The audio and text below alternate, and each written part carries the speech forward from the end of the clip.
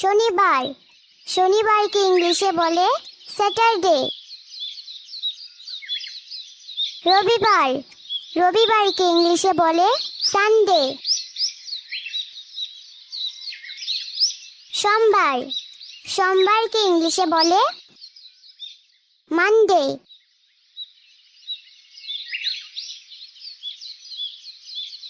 মঙ্গলবার মঙ্গলবারকে ইংলিশে বলে টুইসডে। বুধবার বুধবারকে ইংলিশে বলে উইডনেসডে।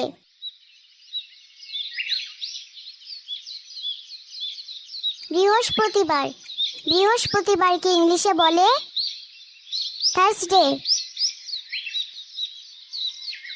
শুক্রবার শুক্রবারকে ইংলিশে বলে